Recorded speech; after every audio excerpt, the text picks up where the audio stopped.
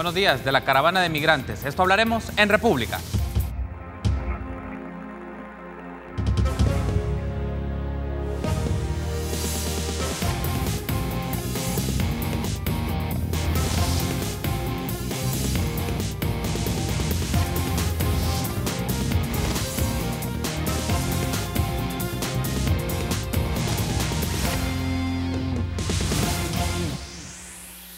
Muy buenos días, qué gusto que nos acompañe en una nueva edición de República. Les saluda Carlos Monterroso, es un agrado que esté conmigo por la mañana de este miércoles 24 de octubre del año 2018.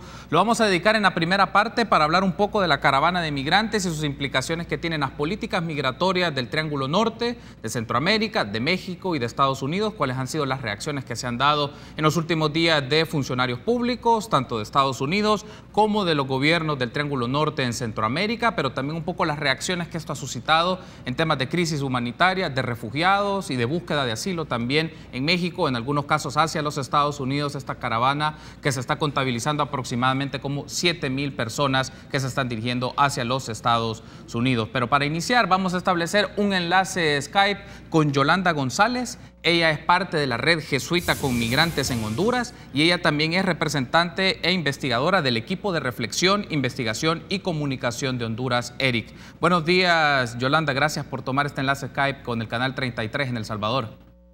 Buenos días, mucho gusto de estar aquí compartiendo con ustedes. Gracias, muy amable por tomar este enlace temprano por la mañana y me gustaría que iniciemos con esto, Yolanda. Hace más de una semana, cientos de hondureños se prendieron su viaje hacia Estados Unidos, han pasado por El Salvador, por Guatemala y ahora van por México. Se estima que son 7,000 personas. ¿Cómo surgió la caravana en Honduras, Yolanda?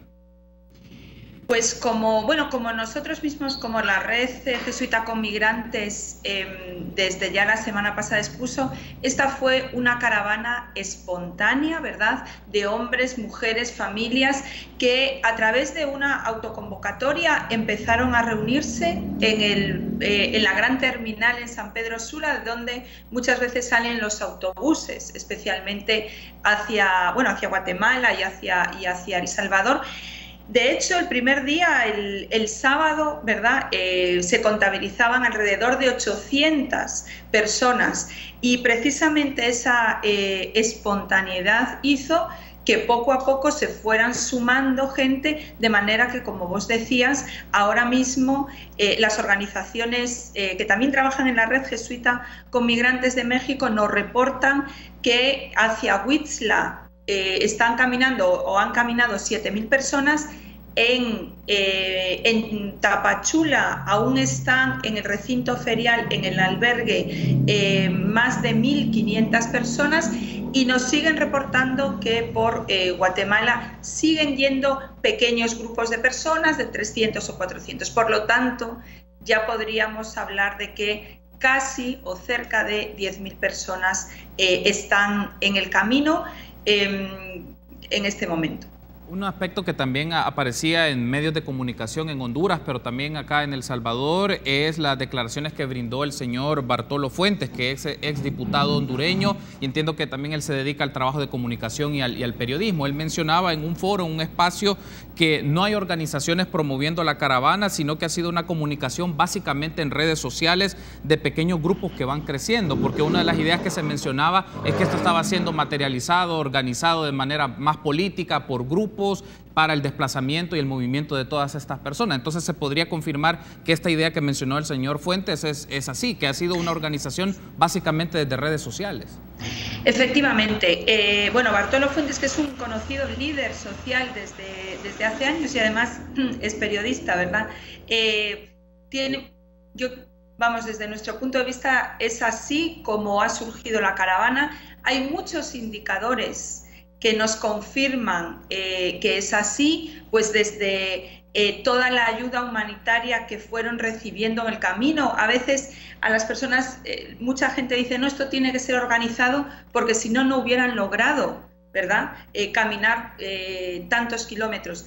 Bueno, yo creo que es pues no darse cuenta de esa solidaridad del pueblo que tal vez muchos políticos no entienden, ¿verdad? Pero si tú vas en esa ruta, si preguntas en Esquipulas, que fue la primera parada que tuvieron muchas personas en esta caravana. En Esquipulas te hablaban, hemos tenido que dar de cenar a más de 3.000 personas y darles un sitio donde dormir. Si tú sigues avanzando en Guatemala y ves todas las iniciativas de solidaridad, colegios, parroquias, casas del migrante, bueno, te das cuenta que no es organizada. Además, otro indicador también muy claro es, en realidad, si contamos las personas que normalmente, antes de esta crisis, el mes pasado, seguramente en un mes fueron caminando de manera anónima, ¿verdad?, hacia México, mirando hacia Estados Unidos, probablemente, normalmente las cifras oscilan precisamente en 7.000 personas. Al menos 7.000 personas al mes, ¿verdad?, hondureñas salen de Honduras. Lo que pasa es que lo hacen mucho más invisible. Estas personas empezaron a darse cuenta que había gente que se iba colectivamente, lo cual supone una mayor protección para quien no puede ir con coyote, ¿verdad? Y para protegerse frente a los riesgos que sabemos que sufren las personas en México. Es decir, entonces, Yolanda, básicamente se descarta una opción de que ha sido financiamiento, que hay gente que le han pagado para moverse. ¿Por qué menciono esto? Porque en declaraciones que brindó Mike Pence, vicepresidente de los Estados Unidos, él menciona que Juan Orlando Hernández, el presidente hondureño, le había comunicado a él que la caravana fue organizada por grupos de izquierda y financiada por Venezuela. Y eso fue lo que transmitió el vicepresidente de los Estados Unidos a Donald Trump, y eso pues fue registrado por los medios de comunicación. Sí, además eso también fue, bueno, confirmado. La embajadora de Estados Unidos ante Naciones Unidas, ¿verdad?, lo ha repetido. Hemos venido escuchando durante toda esta semana una serie de justificaciones. También decían que la caravana, al inicio, que la caravana fue promovida por partidos políticos en Honduras para desestabilizar, ¿verdad?, partidos políticos de la oposición. Hemos escuchado tantas versiones, cada cual más surrealista, diría yo, de cuál es el origen de esta caravana, porque no logran, ¿verdad? Esta caravana lo que viene es a visibilizar, ¿sí?, una crisis cotidiana de hondureños y hondureñas que ya existía, ¿verdad? Y que es una crisis fruto, entre muchas otras, ¿verdad?, esta crisis cotidiana, bueno, pues de un gobierno que fue elegido con fraude electoral e ilegalmente, ¿verdad?, reelecto legalmente, con el visto bueno del gobierno de Estados Unidos. Es decir, probablemente Estados Unidos, que ve esta caravana, está asumiendo pues la tempestad que sus propios vientos provocaron. Bueno, antes de finalizar el enlace, Yolanda, me llama la atención esto y que nos describas un poco, para efectos de nuestra audiencia en El Salvador, ¿cuál ha sido, desde que se ha suscitado la caravana, la postura oficial del gobierno hondureño ante los acontecimientos? También sabemos que han cerrado frontera con Guatemala en particular, pero nos gustaría que nos describiera cuál es el entorno político y la reacción que ha tenido el gobierno hondureño sobre esto. Bueno, francamente, el entorno político, salvo excepciones, como el acompañamiento que el Comisionado Nacional de Derechos Humanos, el CONADE, lo que sería, creo que en El Salvador, la Procuraduría de Derechos Humanos, ¿verdad?, salvo esas excepciones que han acompañado a la caravana al interno de Honduras. E incluso ayer estaba viendo en las redes sociales del CONADE que exigen o solicitan la apertura de fronteras de Aguascalientes, porque el tenerla cerrado claramente supone una violación al derecho en tránsito. Salvo esas excepciones, ha sido francamente lamentable. En un principio ha sido una postura de buscar chivos expiatorios, buscar culpables, porque como dice un dicho, ¿verdad?, no hay mejor defensa que un buen ataque. Lo que buscaron es a quién atacar, a qué personas individuales atacar. Ahí estaba, por ejemplo, este líder social Bartolo, con intentos de criminalizar, ¿verdad? Probablemente fue la presión de muchas organizaciones.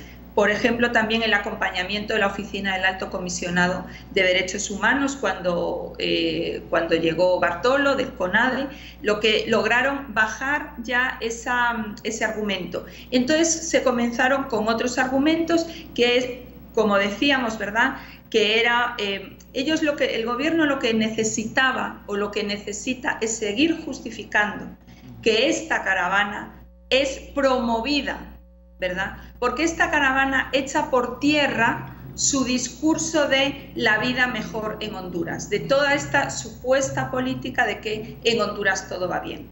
Si no justifican que ha sido movida o incluso pagada, ¿verdad?, como han dicho y ya se ha desmentido con datos en diversos espacios, entonces sale al aire y queda al desnudo, ¿sí?, la realidad hondureña, que es la que se vivía antes de la caravana también, pero que el hecho de que casi 10.000 personas en una misma semana decidan salir, pues es mucho más impactante. Yolanda, quiero darle las gracias por haber establecido este enlace con nosotros, con República SB del Canal 33 en El Salvador. Vamos a llevarle el seguimiento al caso y esperamos volvernos a encontrar y a tener otra conexión para que nos comente cuál es el estado político, la situación social y económica de Honduras. Muy amable, gracias, Yolanda. Mucho gusto, muy buen día. Gracias, igualmente, muy buen día. Entonces, establecimos un enlace Skype con Yolanda González de la Red Jesuita con Migrantes en Honduras y del equipo de reflexión e investigación y comunicaciones de ese país. Permítanos la primera pausa, continuamos analizando el tema.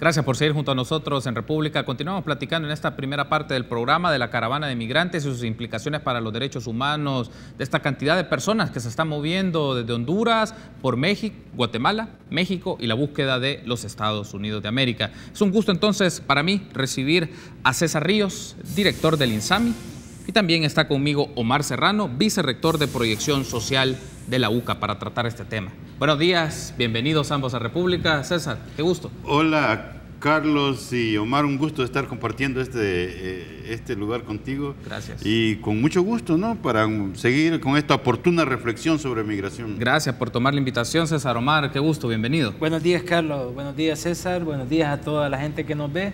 Aquí estamos para hablar de este fenómeno dramático que estamos presenciando, de los hermanos y hermanas hondureños. Si les parece, retomemos un poco las palabras de Yolanda en función de los elementos o las detonantes de esta caravana y empezar con esto, Omar, tener una reacción y luego escucho a César sobre ello. Es causas detonantes de esta caravana y la magnitud que tiene. Ha sido, mencionaba Yolanda, un fenómeno sostenido en el tiempo, solo que ahora se ve con una envergadura de miles de personas, pero este es algo cotidiano en Honduras, en Guatemala y en El Salvador. Sobre todo ya mencionaba el caso hondureño de decenas, cientos y ahora que se ven miles de personas.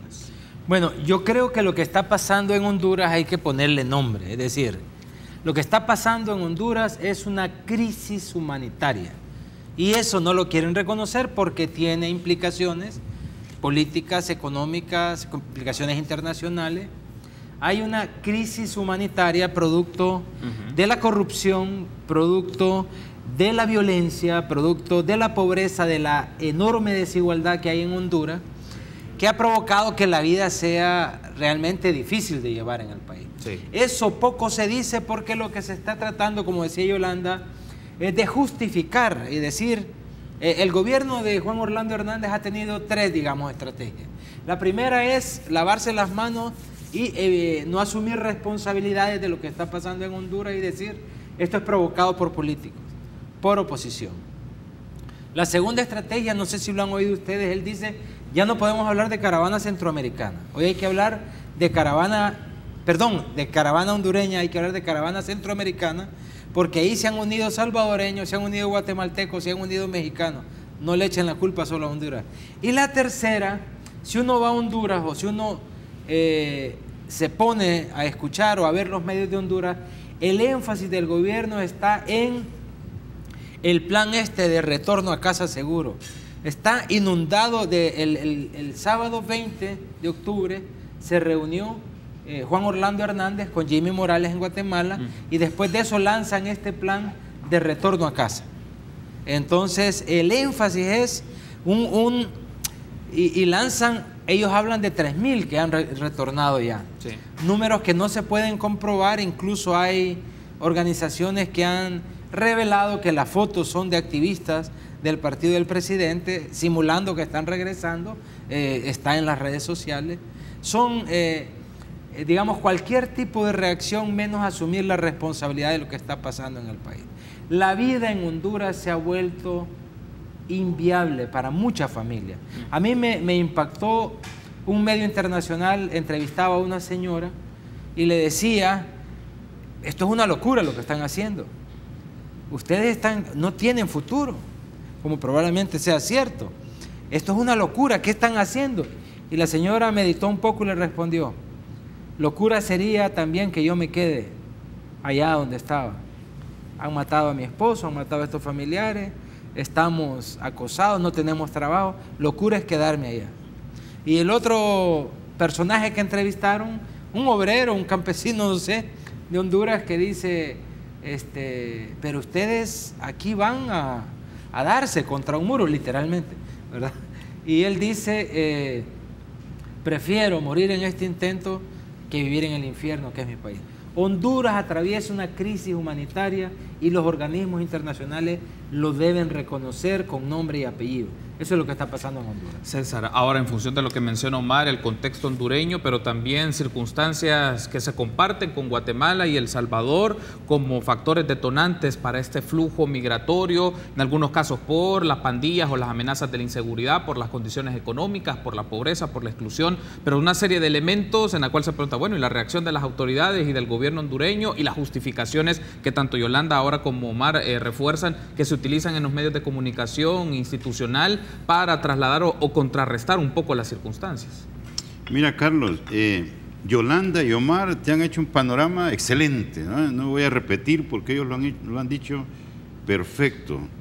El tema es que hay que sacar a la luz, la cuerda se reventó por el lado más débil, ya que fue Honduras, con todas las características que dijo Omar, por toda la situación. Hay un debilitamiento de la institucionalidad democrática en nuestra región. Y esto que le ha pasado a Honduras, le puede pasar a El Salvador y le puede pasar a Guatemala. Pero el problema fundamental es que los gobiernos se vieron sorprendidos. Digo, el problema grande es que se sorprendan porque esto era una crisis anunciada ya. Si estamos en una situación muy difícil, lo de Honduras, pues nadie puede negar los antecedentes políticos, democráticos, la poca participación de la población. Entonces, ¿qué? Esto es la caravana es un rostro y una expresión de esta situación tan difícil que está pasando en Honduras y que está pasando en Centroamérica. Y una cosa muy grande que dijo Yolanda, mira, nosotros como Salvador venimos de una historia de donde se están yendo de 200 a 300 personas por día, de una manera individual. Y esta caravana lo que ha venido a visibilizar esta situación, ya los están poniendo a la luz cómo es realmente la situación. Lo que llama la atención, que nuestro liderazgo político, tomando en cuenta El Salvador, no se manifiestan de una manera oficial. Yo quisiera ver a Arena que dé un comunicado oficial de lo que está pasando, a Nayib Bukele, al FMLN, y que no lo hagan simplemente con declaraciones espontáneas. Porque mira, si hacemos un análisis profundo de esto es uno de los grandes retos que le espera al próximo gobierno de El Salvador. Y nosotros como sociedad civil organizada necesitamos ver cuál es la forma, cuál es la plataforma que ellos están identificando para expresar eso. La migración ha llegado a un momento que ya no puede haber más y que necesitamos respuestas inmediatas. Quiero aprovechar para pedirle a la producción si nos pone en pantalla unas declaraciones de Mike Pompeo, secretario de Estado de los Estados Unidos. Estas declaraciones fueron traducidas y retomadas por la Embajada de los Estados Unidos en El Salvador, declaraciones sobre lo que estaba ocurriendo de la caravana de migrantes, y poder leer algunos extractos. Muchos migrantes están tratando de transitar esos países y en ese proceso están violando la soberanía, las leyes y los procedimientos de esos países. Como el presidente Trump ha declarado, de conformidad con la ley de Estados Unidos no permitirá que inmigrantes ilegales ingresen o permanezcan en Estados Unidos. Luego menciona en otra parte de ese comunicado, Entendemos que México detendrá y repatriará a los migrantes que entren a México violando las leyes de este país, y en los casos en que los migrantes soliciten asilo procesarán las solicitudes de acuerdo con la ley mexicana. Esta fue una declaración del secretario Mike Pompeo, secretario de Estado de los Estados Unidos, y lo estamos tomando de la Embajada de los Estados Unidos en El Salvador.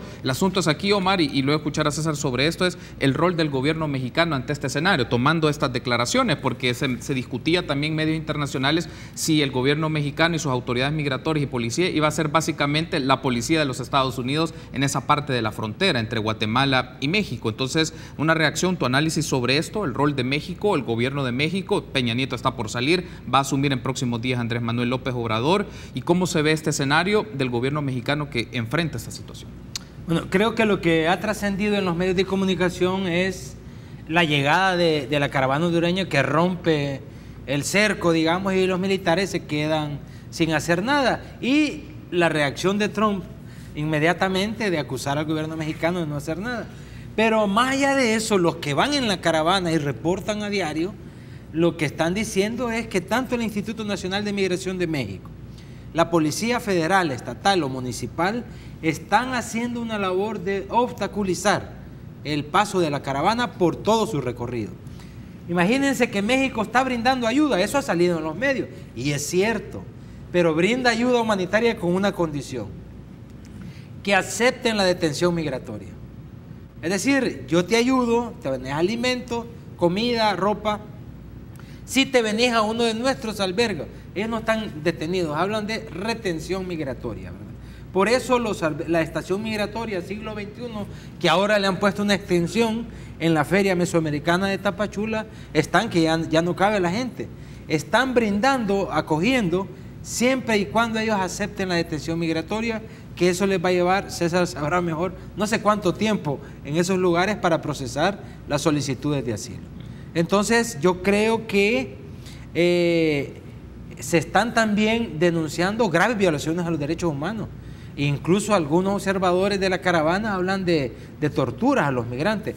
Ya conocemos cómo es el paso de los migrantes centroamericanos por México. De hecho, una de las razones de ir en caravana es porque se cubren, se protegen entre todos de esas violaciones, pero siempre se están dando.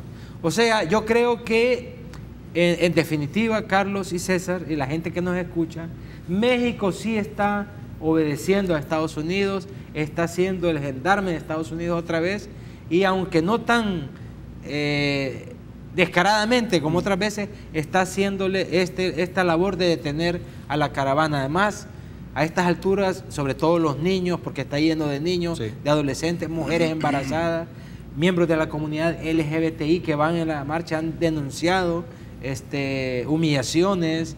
Entonces todos ellos ya van, creo yo, casi extenuados, ¿verdad?, de lo que se ve allá. Debo de hacer una pausa, pero al regresar me gustaría escucharle, César, sobre esto, el rol del gobierno mexicano y qué significa, porque Andrés Manuel López Obrador habla de dar visas de trabajo a los migrantes hondureños o centroamericanos que lleguen a México. Veamos un poco los escenarios y las factibilidades de eso. Una pausa, regresamos.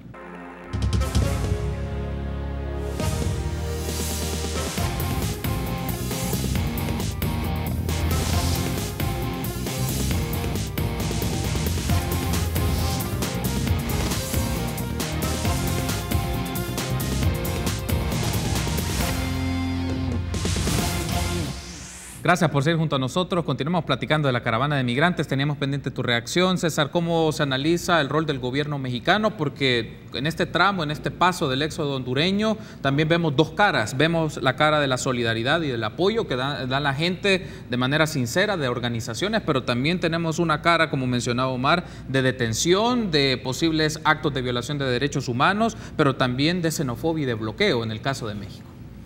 Mira, en los temas de relaciones de nuestros países con Estados Unidos, yo creo que esto está definiendo muy claro cuáles son los... Hay dos relaciones, una oficial de nuestros países con Estados Unidos, que bueno, y Estados Unidos ha tenido el descaro de señalarnos y exigirlo, les doy ayuda a cambio de... Pero hay otra relación que se ha ido desarrollando históricamente, que es la familiar, la personal, la humana.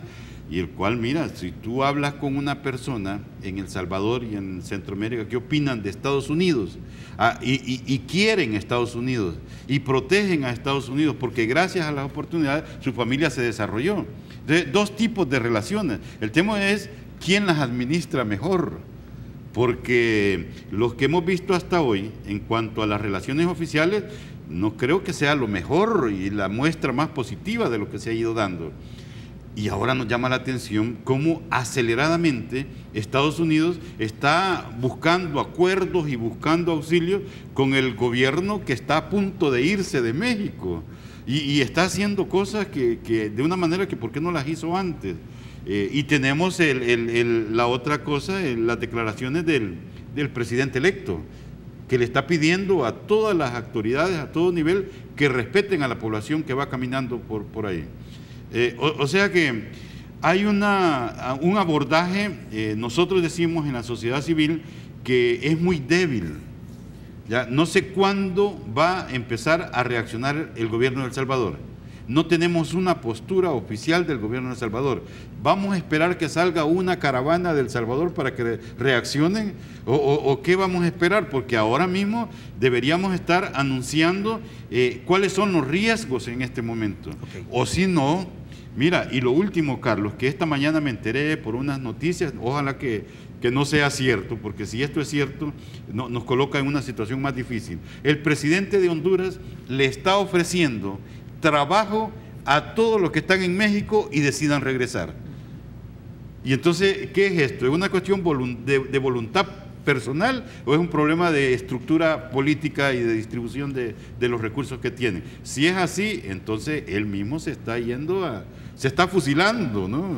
Hay un asunto que quiero incorporar porque tenemos también declaraciones de Donald Trump sobre esto que ha ocurrido y escuchemos esas declaraciones y en función de esto tener tu reacción, Omar. Sin sentido en las que atrapas a alguien y luego lo dejan suelto y sabes que son malos. Si ves los números de donde llegan, vienen de El Salvador, Guatemala, Honduras, México. Todos ellos simplemente están llegando a nuestro país y los hemos detenido, pero las leyes lo han hecho muy difícil. Si tuviéramos las leyes correctas aprobándose en el Congreso, su trabajo sería 100% más fácil. Pero aquí atrapas a alguien y no puedes hacer nada. Tenemos sistemas judiciales que no funcionan. Tenemos todo malo y lo haremos todo bueno. Para eso estamos aquí y en eso hemos trabajado muy duro y con usted, secretaria, llegaremos rápido.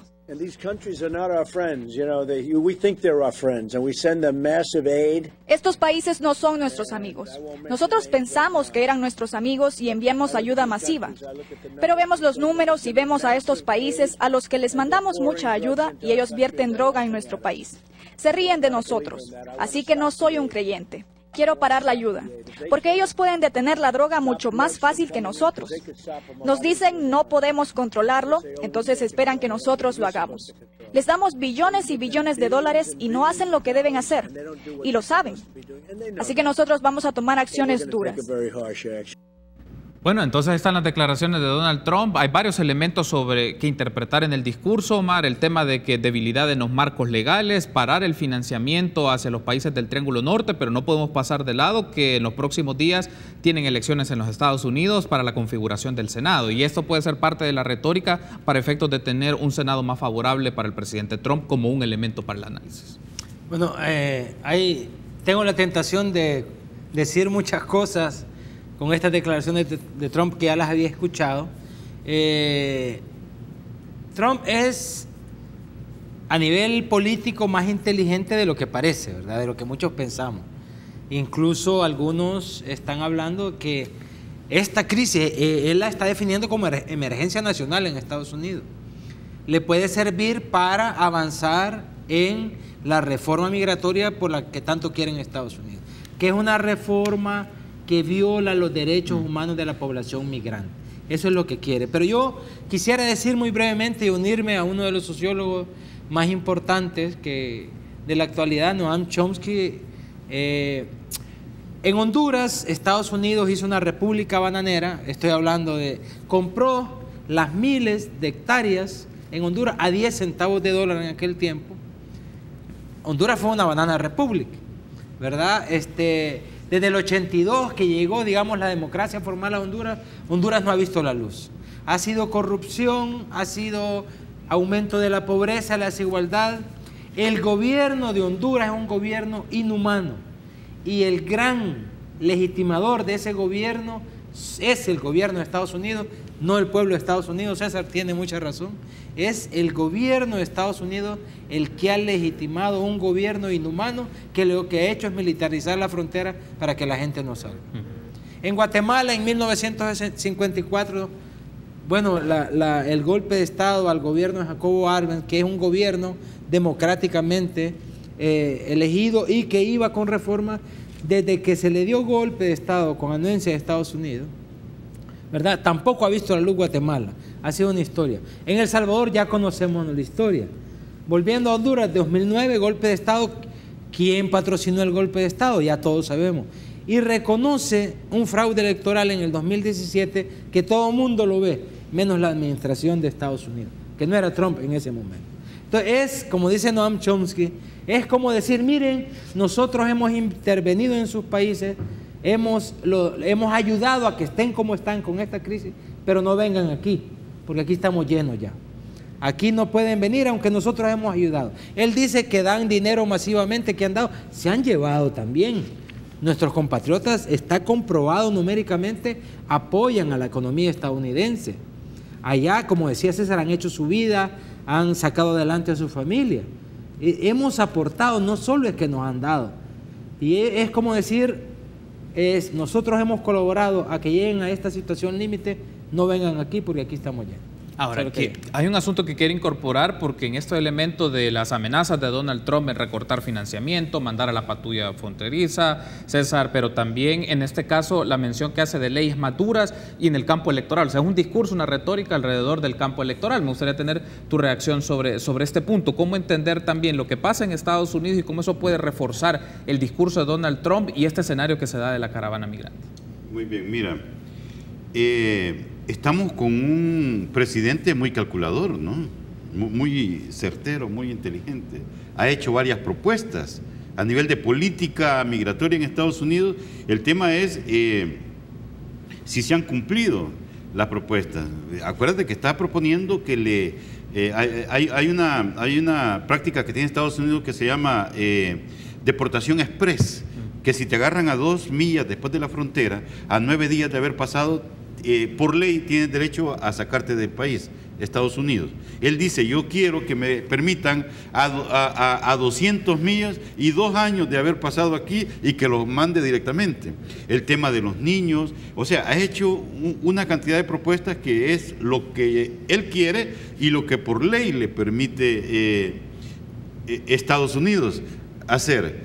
El tema del muro, mira, es que quizás nos imaginábamos que iba a haber un muro de ladrillo y cemento en México, pero el muro ya se está haciendo y no en la frontera de México con Estados Unidos. La movilización militar con el apoyo de Estados Unidos para crear un cerco militar en la frontera de Guatemala con México, ese es el muro. O sea, la detención de la movilidad humana que se está moviendo en este momento por Estados Unidos, están siendo detenidos desde Guatemala y México y no de la frontera con Estados Unidos. O sea, ese es el famoso muro que él había estado anunciando y se está haciendo. El tema es, y lo más preocupante, Carlos, es cómo nuestros gobiernos se están prestando a la ejecución de una política norteamericana en contra de, y esto ya no es migración. Esto deja de ser migración por todas sus características. Esto es una movilidad humana de una población que está desesperado y que ya no puede vivir en sus países. Quiero incorporar un asunto más y pedir la producción, se nos puede poner una captura de un titular de la prensa gráfica que se publicó recientemente sobre iniciativa de una caravana que se puede hacer en el país hacia los Estados Unidos. Y ahí aparece, página en Facebook, convoca a caravana de salvadoreños hacia Estados Unidos. El nombre de la página, El Salvador emigra por un futuro mejor. Da detalles de la que sería una caravana de migrantes que saldría del país y hay decenas de personas que podrían estar interesadas en esto porque también se ha movido a través de grupos de WhatsApp, páginas de Facebook. Me gustaría tener una reacción sobre esto porque César mencionaba, Omar, ¿Cuál es la reacción del gobierno? Y esta es una situación que se puede dar en el país, eventualmente se está haciendo convocatoria para los próximos días. Bueno, César acaba de decir que esto nos puede pasar a nosotros. Entiendo que hay 2 convocatorias en Facebook. Así surgió la caravana en Honduras. Unos dicen que es manipular a la gente. Yo no digo que no haya intereses que se quieran aprovechar, pero surgió de una convocatoria en una red social donde decían lo mismo que están diciendo aquí.